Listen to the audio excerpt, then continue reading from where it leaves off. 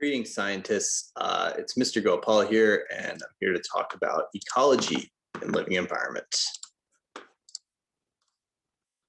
So this is part of the Unit 2, which is on ecology, and it's day 4. And the title is How Does Energy Move Through an Ecosystem? Very important to understand what an ecosystem is first, and we're going to get into that. In addition, the focus question is how does energy move from the sun to all living things in an ecosystem, and how can we categorize different species by their source of energy? Now, this is very important when you understand systemic problems in an ecosystem. In order to do that, you have to understand how a healthy and stable ecosystem tends to function. So we're interested in tracking the flow of energy, and we want to explore how energy is transferred in an ecosystem. And this tends to happen in one of two ways. And that brings me to the supporting document that I made to go along with the lesson. So we have here a set of important vocabulary, all related to ecosystems. When I say an ecosystem, I'm talking about a biological community, that is a community of living things, these interacting organisms, that's my fancy scientific way of saying living things, and it also includes the physical environment. So we might say that a forest is one type of ecosystem. We might say that the sea or some part of the sea constitutes another type of ecosystem.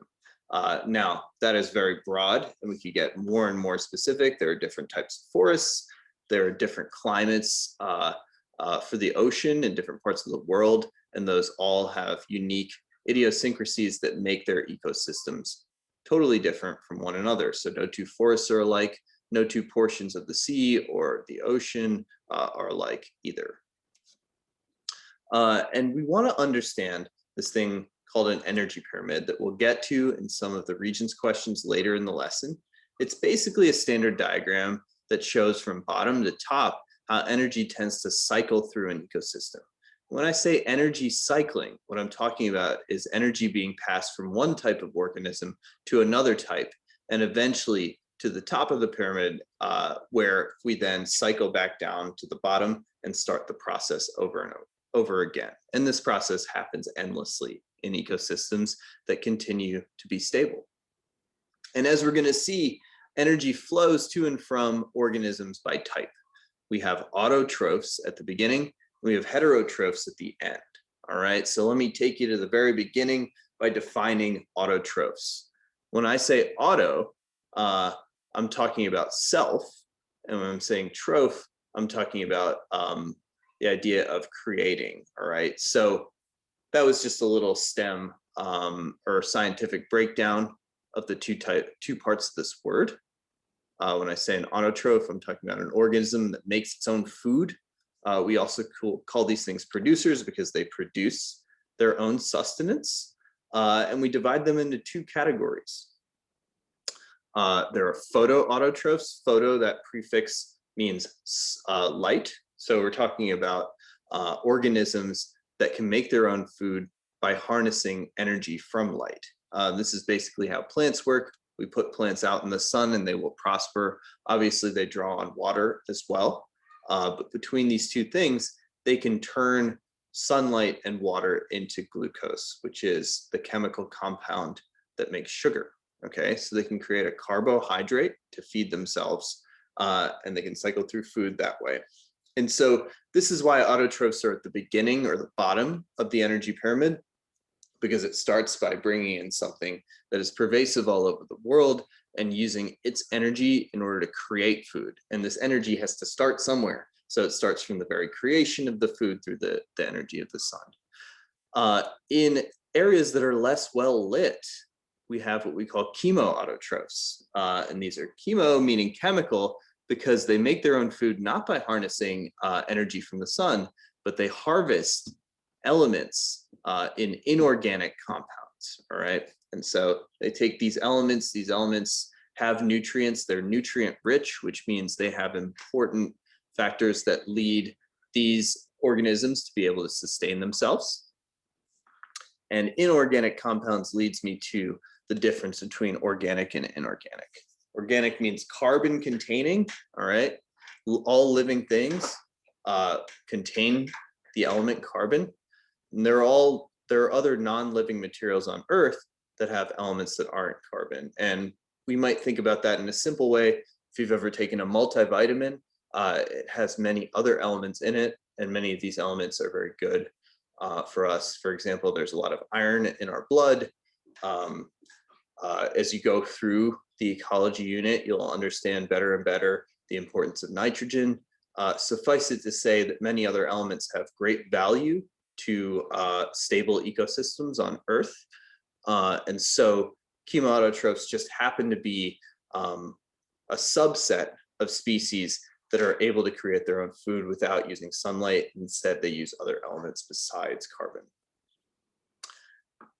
This brings me to the next category, which is decomposers. All right, decomposers are organisms that will break down other dead or decaying organisms, or they'll break down organic waste, meaning waste from a living thing, all right, carbon-containing waste, and they'll feed themselves. And so they are able, because of their own internal structures, to break down dead organisms and get their sustenance that way, or even organic waste. So an example of this is fungi, like mushrooms. Fungi can do this because they have an internal structure that allows them to convert nutrients inside organic waste into a form of sustenance and thereby sustain themselves. This is why mushrooms and other fungi, they grow so prominently when we put them in animal feces, right? When we plant them in animal feces, they will flourish because they're able to convert expelled nutrients that are in the waste in order to feed themselves. Very interesting process. And now, not only are they feeding themselves through that, but they're breaking down complex organic matter into simpler chemical substances that other organisms around them are able to use. So the way they break down elements or complex organic matter into elements allows, for example, plants to use the nitrogen they've broken down. So growing plants in close proximity with decomposers in the soil allows plants to prosper much further. And this brings us to a positive symbiotic relationship, because decomposers will work with the soil. They'll allow plants to flourish further. Okay. Finally, we have heterotrophs. All right. Heterotrophs are us. There are other animals as well. Decomposers, in fact, are heterotrophs. Okay. They are all forms of consumers, because we feed ourselves and animals feed themselves. And decomposers feed themselves by eating other organisms. We are not able to, through our internal structure, convert light energy or inorganic matter into food for ourselves. We have to go out and get something to eat. Okay, and this is the same way that animals function.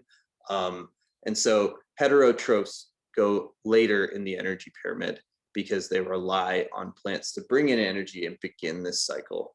Then other animals, smaller animals and bacteria, will feed off of plants. Larger animals will feed off of smaller animals and bacteria, and still larger until we reach the very top, the predator stage of the energy pyramid. And then there is a decomposition, and we go back down to the beginning. All right. Let's take a look at some of the questions in here. I'm going to skip past this very interesting discussion of zebra mussels and phytoplankton, which tracks one area of the energy pyramid, specifically on micro level, close to the beginning, but not quite at the beginning of the energy pyramid.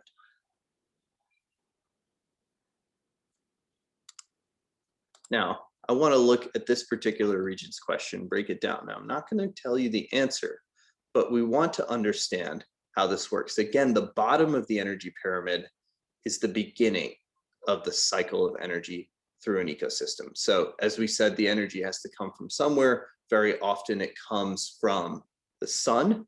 And so there are only certain types of species that can harness energy from the sun, or, for example, from inorganic matter that they can break down and infuse with their own carbon in order to form sustenance. And there's a certain category that we put those types of species into. All right. And so that's where I'll leave it. Just know that we have this phase at the beginning. before we get to smaller animals and microorganisms consuming that type of species, and then larger animals consuming that, and then a decomposition phase, all right?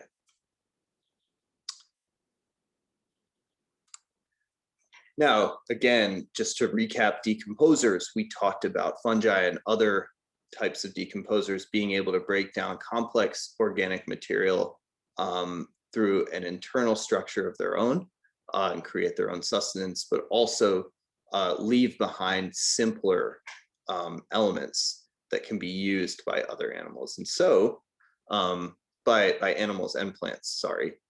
So we do have one answer choice here that hints at that. Again, I'm not going to say it, but based on everything that I've been talking about, it's rather obvious what the role of decomposers in an ecosystem actually is. Finally, we have the question, producers are generally found at the beginning of a food chain. Which statement best explains why this is true? Now, reviewing everything that we understand about a producer, meaning being able to produce your own food through your own structure and usually a certain element that is pervasive all over the world in all environments, in the sky, hint, hint. This should lead you to the answer about why producers are generally found at the beginning of a food chain. Just a small note on the food chain. We talked about it in terms of an energy pyramid. A food chain is just a little bit more specific to a unique ecosystem. So say I was talking about a particular forest, for example. If I were talking about a particular forest, then I'd be talking about the specific animals and plants and microorganisms, decomposers and scavengers in that environment, okay? Small note about scavengers, I didn't put it on the document because they are a little bit less important, but scavengers are somewhat like decomposers, just that they are heterotrophs that consume dead or decaying organisms, okay? So scavengers will go through and do some of the cleanup work that decomposers always do by finding dead or decaying organisms to eat, all right? But back to the question, understanding why producers are generally found at the beginning of a food chain entails understanding how it is that producers are able to provide food for themselves. So I hope this breakdown of all of these types of organisms in an ecosystem help make it a little bit clearer why it is that we need all of them in order for an ecosystem to be stable and function. In a nutshell, what's going on in this case is that we have the right ratios of producers and consumers with their subsets. You know, we have decomposers, we have autotrophs, if necessary, we have chemoautotrophs or photoautotrophs, and so on and so forth. And if we were to pull out any of the links in the chain, in this food chain, or you could say in this energy pyramid flow, if we were to pull any of the types out of there or imbalance the equilibrium, then we would be left with a situation where that would lead to greater imbalance. In other words, if we pulled out a certain link in the chain, one species would not be consumed enough, another species would be overconsumed, and the imbalance would increase over time, leading to instability in an ecosystem, possibly the end of that ecosystem. So I hope that just understanding that helps you understand why it's so important to preserve natural relationships in ecosystems and not necessarily interfere. And I hope the breakdown just made ecosystems in general a little bit clearer. So hopefully this was helpful to you, and I will see you soon.